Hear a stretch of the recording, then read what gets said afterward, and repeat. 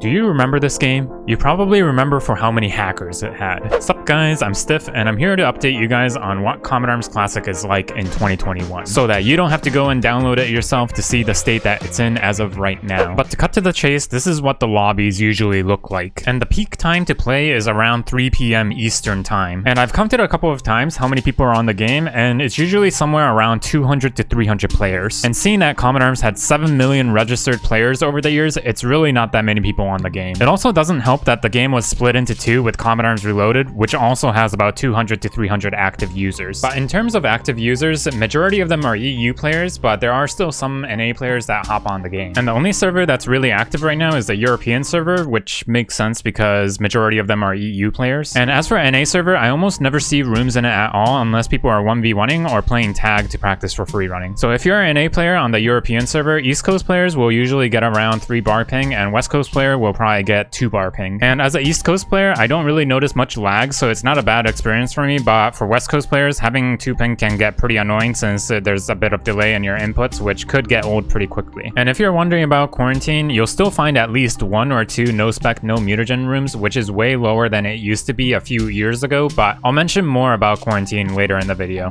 So this is what the item shop looks like right now. It's mostly bundles of guns and speed gear that you can't even see the stats or how it looks before purchasing, so you really have no idea what you're buying, unless if you're lucky enough to find a YouTube video where someone is showcasing what they got out of the purchase. But moving on, Valve also added a competitive mode to the game where you get matched up with people I assume are within the same competitive rank. And in the competitive mode, it's a 3v3 elimination pro where you can only pick certain guns and vests to keep the game fair. And it usually takes about a minute or 2 to get matched up in a game, which is a pretty reasonable amount of time. But it does seem like competitive mode just matches you up with anyone that's available at that moment, seeing that Comet Arms has pretty low player base. And I even asked one of the person I got matched up with if they play competitive a lot, and they said that they do play it often. Which means even though I tried ranked for the first time, I'm getting matched up with people who plays competitive on the regular. So it does seem like it could use some work in the matchup system, but seeing that Comet Arms doesn't have many players on the game, they don't really have much of a choice but to match up with anyone that's available. So now diving back into quarantine, zombie HP is still way too high. Ever since Valve took over Comet Arms back in 2017, they upped the light vest host to 340 HP and the infected HP to 230. And there was actually a petition started to change the zombie HP, which had around 500 people supporting it, but I guess Valve decided to completely ignore it. But despite the high zombie HP, people still go for kills by using weapons like explosive crossbow, which does about 200 damage to a zombie, alongside with using nades and mines to try and get the kills. But that's not the only thing Valve added. They also added high speed characters and gears that you can get up to 75% speed with those bundles in the shop I mentioned earlier, which is crazy. I mean, this is broken. You can pretty much outrun zombies without even sprinting. And the only way to catch them as a zombie is by camping one area until they pass by, and hopefully you swing at the right time. And if you miss, then you'll have to wait until they pass by again. And trying to free run against these high speed zombies is pretty much next to impossible since they can be right behind you in a split of a second. It basically feels like you're up against a speed hacker, and because of that, there's rooms that restrict speed now too, usually at 27% speed because it's just that broken to have that high of a speed. And speaking of hacks, people still hack on Comet Arms in 2021. What a surprise. They usually wait until the end of the game to start hacking so that they don't get kicked out of the room immediately, but when the next game starts, they get kicked out pretty much immediately. Which makes you wonder if it's really worth it for these hackers to be hacking, since there aren't that many rooms that they can be hacking on nowadays, especially when you're getting kicked out of most of these rooms. But just to give an idea of how many hackers there are, you'll probably see at least 1 hacker a day. And seeing that there aren't that many players on the game anymore, people usually remember the name of the hacker and just kick them as soon as they see them in a different game. So all Valve has done really over the years is add more pay-to-win stuff and not do much about the hackers either. Sure, they added competitive mode, and they also added a new quarantine map recently, and it seems they're planning on adding more maps to the game mode too, which is great, but in the grand scheme of things, it doesn't really matter. What Valve should be focusing on is making their game more playable rather than adding flashy items here and there just for the quick money. They should be solving problems within the game like hackers and adding simple options like no spec, no mutagen, and now speed gear limitation too, so that it's more enjoyable experience for the players that are active right now. But instead, Valve likes to make people solve their game issues by making people pay $15 a month for elite moderators to kick hackers or make rules that should already be a feature in the game, such as no spec or no mutagen. And I hate to repeat myself so many times, but they should add a no spec, no mutagen option to the game. If that feature is added, when specs and mutagen players unknowingly come into no spec, no mutagen rooms, they wouldn't feel like they got kicked out of the room for no reason. And if players feel as though they're getting kicked for no reason, they're going to get frustrated with the game and quit the game faster. And seeing that more and more players are quitting Comet Arms, Velof should focus up on keeping their own player base to make it last longer. And I've said this before too, that vote kicking and elite moderator kicking is a terrible problem solving tool. I know Velof won't listen, but an ideal solution would be to have a better anti-cheat system and having options for people's preferences. For example, there's many options to enable or disable certain weapons like sniper or explosives, so it's as simple as adding another option that says no specs or no mutagen. Then there wouldn't even be a need for kicking people out of the room. So since Combat Arms is pretty outdated, let's put it this way. Imagine if you could kick people out in popular games such as Valorant or League of Legends. People would abuse that power so hard, because if they're losing against a good player, all they have to do is get rid of them by kicking them out. And then the player that got kicked out will probably feel cheated and punished just because they're good at the game. Not to mention, it's a paid feature in Combat Arms, which means if you don't want to get kicked out of rooms for sure, you have to pay for the item. This is why kicking players shouldn't even exist in the first place, because people will always abuse it, and it's insane that it still exists in the game. Combat Arms is literally having their own community kick themselves out of their own game. It makes no sense at all. But seeing that Velof won't try to fix their own issues, such as hackers and not adding preferences, kicking people is the best solution people have to solve these issues for Velof. And because the game is so close to death, it creates a weird environment for the players that don't want to be rage kicked. Now that there aren't as many no spec, no mutagen rooms, people don't want to try hard as much because they are afraid that they're gonna get kicked out of the only room they're willing to play on the game, which is no spec or no mutagen rooms. And I didn't know this was an issue until I ran into rooms where half the people didn't infect each other and have the round end with most of the humans still alive. This could be because they were trying to stage for a montage too, but who knows. Either way, it's a pretty sad sight when people aren't even trying to play the game anymore, because I think we've all seen the potential for this game and how good it could have been in the right hands. It's a miracle that the game lasted this long, seeing that Velof is known for taking poor care of their games, such as Black Squad as a recent example. So the Black Squad community is getting mad at Velof for destroying that game also. And I hate to sound so negative about Combat Arms, but I'm genuinely critiquing the game for what it is right now. But if you're thinking about downloading this game despite me bashing on it for the past 7 minutes, I'll tell you now, it can still be a fun game to go on once in a while for nostalgia. And there's really no telling when Velof will pull the plug and let the game die, so it's good to play it while it still exists. I usually play it for about an hour or two whenever I'm streaming on Twitch. But if I play longer than that, I get bored on it since there aren't that many new things on the game. And like I mentioned before, it's looking like Velof will add new quarantine maps, which is something I'm looking forward to. Because when they released Cold Seed, I saw a spark in the community that they wanted to improve at free running on the map, which I haven't seen many people wanting to improve their skills at the game in a while, so it was pretty refreshing to see. So I am looking forward to seeing some new maps on Quarantine. But I don't go on it for the new maps, I go on it because there aren't any other games like Combat Arms out there. The movement in Combat Arms is fluid, and Quarantine is a pretty unique game mode that you don't really see in any other game modes other than maybe Gorilla Tag, where you try to outmaneuver your opponents just with your movement and map knowledge in order to not get tagged. And it just makes for a really addicting game. I remember when I first picked up Combat Arms and played Quarantine, and I immediately got hooked on the game. I'd be hiding in corner of the maps and feel an adrenaline rush whenever zombies started chasing me. And on some days, I used to play 10 hours a day and pour my childhood into the game just to feel that adrenaline rush with my friends I made on the game, who I still kept in touch with after so long, which is why I have so many fond memories on the game. And even though Nexon and Velof has done a number on this game over the years, the core of the game is still good. It might be outdated in some areas, but underneath it all, I still see a game that I loved playing growing up and to an extent still love despite all that's happened to the game. And I'm sure you're watching this video too because you've had similar experiences with the game in its early days many years ago, and it left a lasting impression on you to the point you clicked on this video. So I hope even finding out what Combat Arms is like in 2021, it doesn't take away the good memories you've had on the game. But to leave it in a more uplifting note, Combat Arms Reborn is in the works at the moment, which if you've never heard of it, it's basically a 2009 version of Combat Arms that'll either have a private server or be able to connect to other Combat Arms Reborn players. And to add on top of that, there's also a game called Kill Spree, which is heavily inspired by Combat Arms. And the game will emphasize on the fluid movement that Combat Arms had, and not to mention will have a quarantine mode, which will be interesting to see. And the prototype is coming out this month, which I'm looking forward to, but I'll make it clear now that quarantine mode for the game won't be coming out until later. But I'm sure I'll be making a video about it once the prototype is available. So check both of those videos out where I talk about Combat Arms Reborn and Kill Spree in more detail if you're interested. But thank you guys so much for sticking until the end of the video. I'd appreciate it if you consider leaving a like and subscribe, because despite despite the fall of the game, I'm still making videos out here on Comet Arms. But with that said,